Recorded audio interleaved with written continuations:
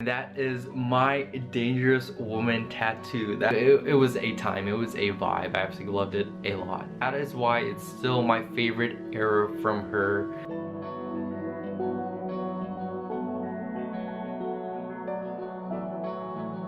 Hey, how's it going everybody? Welcome back to my channel. My name is Frassix, and in today's video I'm gonna be talking about one of my favorite albums of all time. And not just albums, one of my favorite eras of all time that I got to experience firsthand. This album got me through some of the most difficult times of my life, but also some of the most exciting times and the most memorable times as well. What album am I talking about, you may be asking? Well, it is none other than Ariana Grande's Dangerous Woman album, and on the day that I upload this video, 5 years ago would have been the release date for the album, which is May 20th, 2016, and a lot was happening at that time, and I'm just gonna basically be telling you guys about my experience with the album, with the era, with Ariana, and why I didn't get to listen to the album until 2 months after it was released. So first off, you may be thinking, is this my favorite era of Ariana's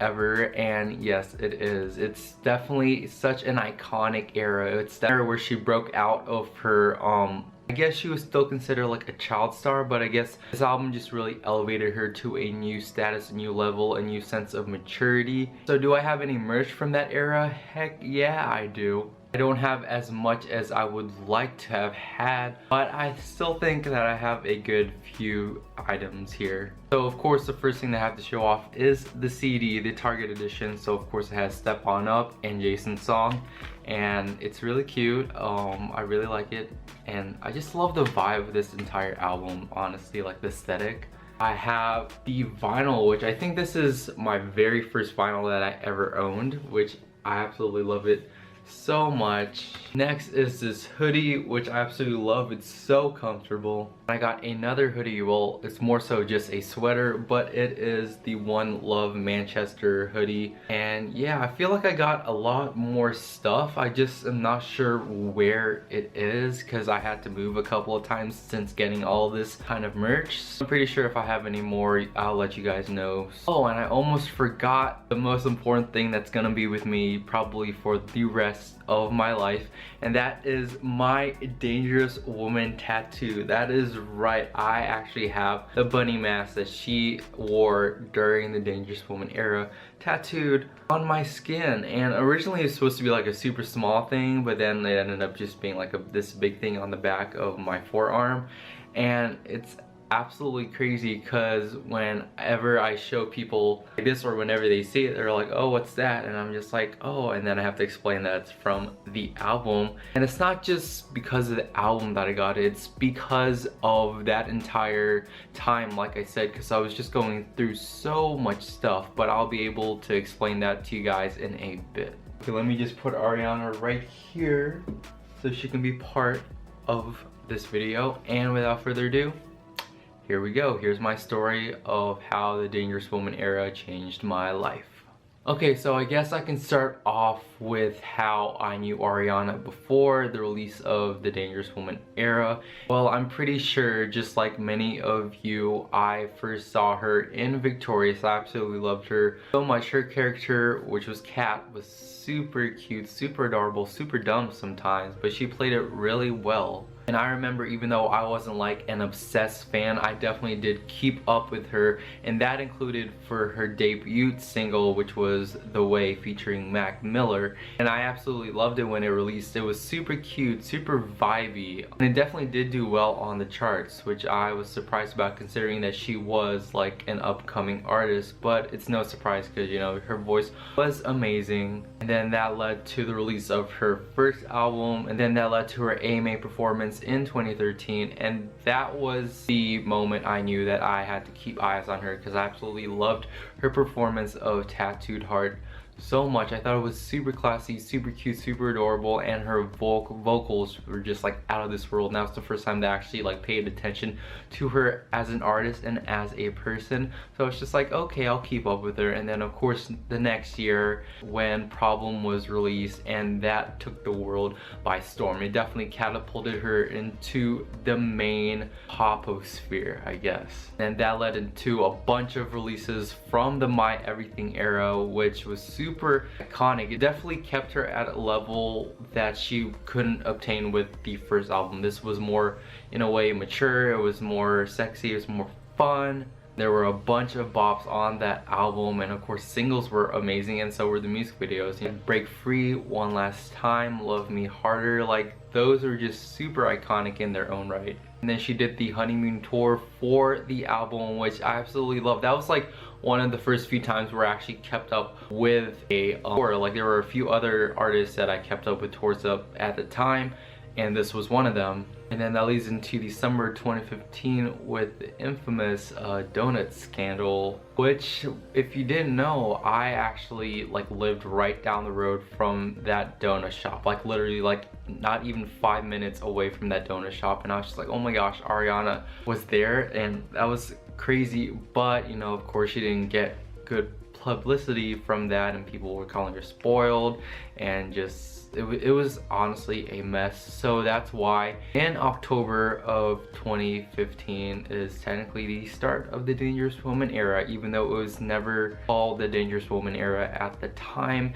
And that is because Focus was released as the lead single off of her third studio album, which was going to be called Moonlight. I absolutely love the song, and the music video is one of my favorites from hers ever because it's just super vibey, super flashy, and I love it. Of course, it definitely felt like a Problem 2.0, but she did promote it as a Problem 2.0, and I didn't really have a problem with that at all. And of course, I was at college at the time, and I just remember like putting in my headphones and listening to it and just being super shocked and watching the video, and I was just like, oh my gosh, this is amazing. So I kept it on repeat, and that's all we really got for the album. Like, we knew that the album was coming, we knew it was going to be called Moonlight, but we didn't really have anything else to go off of. And I guess I was too preoccupied with my personal life anyways to focus on anything music related, because at the end of 2015 I decided to go to a recruiter, or I was planning to go to a recruiter to go and try and join the Air Force. And in January of the next year, in 2016, I went to a recruiter's office. I signed up, I did all the tests, I did all the physicals and everything, and basically at the end of January I was sworn into the military, and I was just basically awaiting time where I could ship out to basic training. The first step after I swore in was to basically just try and transition myself out of college life, because that was not working for me at all. Then the following month, in February of 2016, Ariana went on a live stream, and she basically just told us that she was not going to be naming the album Moonlight anymore, that she was trying to take a different approach with this album, and she basically just announced that it was going to be called Dangerous Woman. And I think that was when we saw the album art too or something. I'm not sure, or if that was when the album art was released as well, but I do remember that she did announce it, and that she told us, and she was super excited about it. You know, she was just like, oh yeah, it's gonna be different, it's gonna be a more vibey, more empowering kind of anthem, and I was really here for it. Then the following month, on March 11th, Ariana released the first lead single off of Dangerous Woman, which was the title track, Dangerous Woman. And I remember like when I listened to that, I was just like, oh my gosh, this is so sexual, like I love it, it's so empowering, it's so dark, it's so gritty. It's definitely a different vibe than she was giving off with Focus, and even most of the songs on My Everything. And basically it was just something that she has never done before, especially with the persona of the bunny, and like it was just super interesting for her to do at the time that she was like branching out and trying to do these different things. And the following day was Saturday, and she was on Saturday Night Live, and she performed not only Dangerous Woman, but we also got the first chance to actually hear the entirety of Be Alright, and she did the choreo for the first time, and I was shook. I was just like, this is so vibey. I love it so much. And it's funny because even though Be Alright was performed on the 12th of March, the single wasn't actually released until the 18th of March. And then the day after that, Ariana did a live stream with the twins and a few other individuals, and she was just talking with us. And I remember this vividly because that night that she did the live stream, I was also finishing packing up because the next day after that I would have to leave. And I remember it vividly because I remember just packing, and they were in the live stream. They were just like doing and like goofing around. They were just answering some questions, and they were teaching us the Be Alright choreo. So I remember packing and then like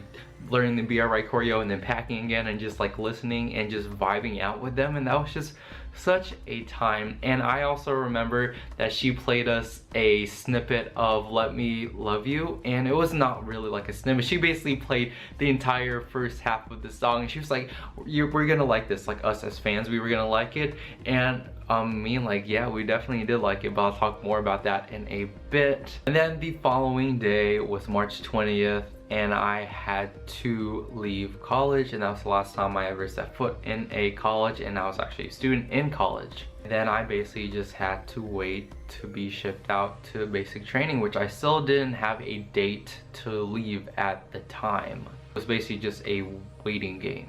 So to keep myself preoccupied, I just did a few different things. I went on a few trips with my family, and then in April of that year, in 2016, I think that was when I was told my ship out date for basic training, and that was on May 17th. And I'm not sure when the album release date was announced, but if you're tracking, the album was released on May 20th, and my ship out date was on May 17th. So as you can tell, I was pretty devastated because I would not be able to listen to the album until after I graduated basic training. Because if you didn't know, you can't really have any electronics in Air Force basic training at the time. You couldn't listen to anything, you couldn't have any electronics. The only reason we would have our phones is if we were like calling like home, and that was basically it. We couldn't listen to music, we couldn't like just look up things on the internet. So I knew that I was gonna be late to this listening party because I was just so devastated, but I couldn't really do anything about it. And I just had to basically just wait it out. Also in that same month of April, Let Me Love You was finally released, and I was shook. It was, I think, the second promotional single that was released from the album, and also came with a music video, but I don't think that came out until after I left basic training, I think. But I just absolutely loved it so much. The song was so vibey, and everyone, like, because I was big on like watching reactioners like react to the song, and I was just like, this is amazing, and everyone was vibing with it too. And we all knew that this album was gonna be something special now that we finally heard that song in its entirety. Then that leads into the following month of May, and like I said before, May was a very big month that year in 2016 for me. Of course, May 1st is my birthday, so I had to celebrate that. And then I think at the beginning of May, she released Into You as the second single off of Dangerous Woman. And if you don't already know, Into You is my favorite Ariana Grande song. It's one of the most iconic songs for me, and especially back then, before like Thank You Next was released, before even Sweetener was released, people were labeling this as her best song just because it was super iconic. Like I remember there were a lot of like media outlets and like Billboard and other music sites like claiming that this was her best track, even though it didn't even crack the top 10 when I was in basic training. And I honestly thought like when I left basic training that this would have been within the top 10 or within at least the top 5, but no, it only reached like, well, like 13 on the Billboard Hot 100, and I was just like, what? what? Like, that was just absolutely crazy. And I think there was like also a meme that was going around, and I thought it was pretty funny about like how some songs could go #1 or go within the top 10, but Into You couldn't. So if I have a funeral, like if I die and I have a funeral, I want this to be played at my funeral. Not because it's gonna be like a super ironic, because everyone's gonna be crying, but I'm gonna have this upbeat song, but I just want people to like really celebrate like my life. And like I feel like that's just a great song to vibe with and dance with and just let all your worries go and be completely carefree. I just absolutely love that song so much, but I'll talk about that more later. Into You was released alongside the pre-order for the album, I believe, and then she also announced that she was going to be releasing a song every day up until the release of the album. And of course, like I said before, I couldn't really experience that hype for when the album was released, because on May 17th I had to get shipped out to basic training in San Antonio, Texas, and I was super devastated. But I definitely was like listening to Into You and all the other songs that were released before I shipped out, and those songs were just constantly playing in my mind the entirety of basic training. And those were the only things that were really, like, those were one of the few things that were keeping me, I guess, sane during those 2 months that I was in basic training. And then the week of July 4th was my graduation week, and I got to see my family for the first time in like 2 months, and it was super awesome and super teary, and everyone was just super happy. And I remember telling my parents to bring my iPod and my earphones, and I remember the first song that I listened to, even though like I was still in basic training, the song that I listened to like on the car rides around base was Into You. I don't know, just Into You and Side to Side. I absolutely just were vibing with those songs, because I absolutely missed like listening to those songs. And then a week after that is when I left San Antonio to go to Monterey, California for my technical training for technical school. I remember on the plane right there is when I first listened to the entire album as a whole, because it definitely took a couple of hours to fly from Texas to the top of California. So I listened to that album, and I remember just being shook, and I absolutely loved it so much. Like, honestly, like it absolutely blew my mind. And that was technically the first album that I listened to since joining the military, which is absolutely crazy, and I could not be more proud of that time. And like I said, I got this tattoo again because of that time, because of all the experiences that I went through. Because the few months after I landed in Monterey, that album was definitely on repeat a lot. I experienced so many great things in Monterey, met so many new people, and that album was the soundtrack to that time. And whenever I got this tattoo, I was just thinking of all of the things that happened beforehand, the end of my college experience, and then just like Uncharted 4 being released, and also the hype leading up to the album release, and then me not being able to actually listen to it until after I graduated, and then all the few months after I graduated, and just how this album was the soundtrack to it all. And I'm super thankful for that, honestly. And the era doesn't really stop there, because, you know, she released the Side to Side music video. I remember being so hyped for the VMA performance. I absolutely loved that. That was super iconic, and that was such a time. And then she also released Every Day as a single, and then there was also the Beauty and the Beast collaboration that she did with John Legend. Then also Ariana released on SoundCloud the remix to Into You featuring Mac Miller, which was such a bop. I absolutely love that remix so much. And then there was also the extended version of New Better, which I love that song as well, which she played on the tour. And that's of course the tour. Like, it was super iconic. I absolutely love that tour so much. Like, the vibe, the aesthetic, her hair. Like, I remember like every single week or every single show, like we would be pestering her like team to like put her hair down, because there were a handful of times where she did wear her hair down, and we were super shook. We absolutely loved it so much. And I think my personal favorite look from that Dangerous Woman tour was the opening Be Alright entrance outfit, and then her hair was down, but it was like wavy, but it was down. It was straight down and wavy, and I absolutely love that so much. And then of course in May of 2017 is when the Manchester bombing happened, and I remember just being like super shocked because I think I was finishing like tech school for the day and I was getting home and I was just like, okay, it's just gonna be another thing, another show, and I was really looking forward to it.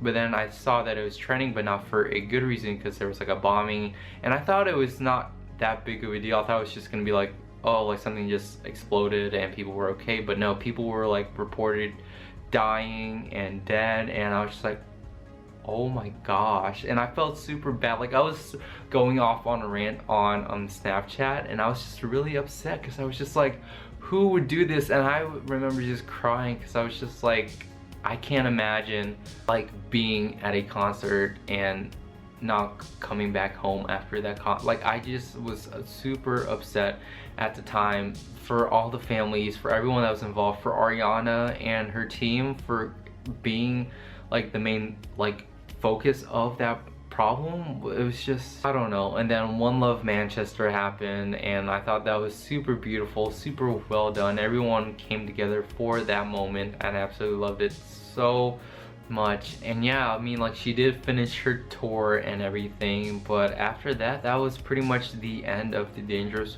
Woman era. And in all honesty, I love this era so much. It's again one of my favorites eras ever, honestly. So I guess for now I'm just gonna be talking about the track list and just going track by track and just quickly commentating on each song. So I guess I'll start with Moonlight. It was super cute, it's super vibey, it definitely reminds me of her first album.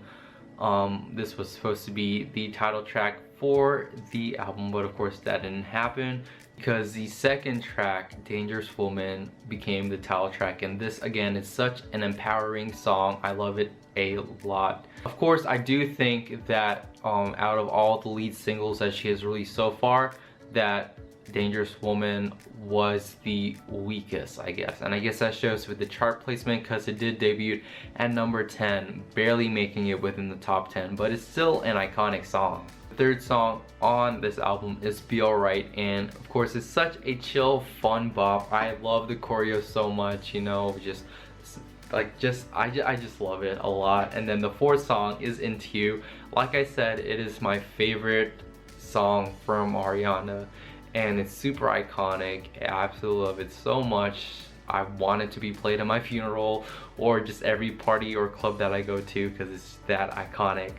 The fifth one is Side to Side featuring Nicki Minaj. It's such a bottom anthem. I absolutely love it so much. I remember when I first heard it, and especially like with Nicki when she did like her bridge verse, I was just like, oh my gosh, she's using her accent. I just loved it so much. Let Me Love You featuring Lil Wayne. I absolutely loved it when it was released, but now I feel like it's definitely underrated because a lot of people don't like it as much, but it's super vibey, especially during the tour. That tour version of that was just, I loved it so much. And Greedy should have been a single because it was such a vibe. Like I could literally imagine the music video in my head if she ever had done a music video for Greedy. I was just thinking, you know, like a robbery and the police were chasing her and she would just be greedy with money and love, and gosh, that would have been a good single, but it's okay. I still love the song regardless.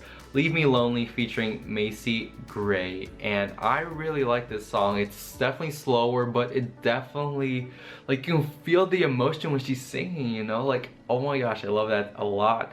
Everyday featuring Future. It's funny because I have two memories of this song specifically. One of them is on the plane ride from San Antonio to Monterey. For some reason, I remember that being one of the highlights of the album when I first listened to it. Then of course there was the time where it was actually a single in 2017, and you know, the music video and everything, so I really like that. Sometimes, track number 10, one of my favorites from the album. I remember listening to this because I think it was leaked or it was one of the promotional tracks that was released. Either way, I remember listening to it before I left for basic training, and I absolutely loved it so much. It's such a sweet song. it's so chill, so vibey, but I love it a lot. I don't care, probably my least favorite from the album, but you know, I like the message of the song. Bad Decisions, so vibey. I don't, for some reason it reminds me of like a college party. For some reason I feel like I could just be like vibing with that song. Touch It, super iconic, especially during the tour. I lived for those high notes as she did and the visuals. I absolutely love this song. Knew Better / Forever Boy, which is track number 14. I really don't know why it was 2 songs put into one, but I just love each part of that song respectfully. Then Thinking About You, and I really like this song, and I'm glad that this was the closer to the Dangerous Woman era because it just ended on such a high note. I love this song so much, especially like when she performed it on tour. It was a time, it was a vibe. I absolutely loved it a lot.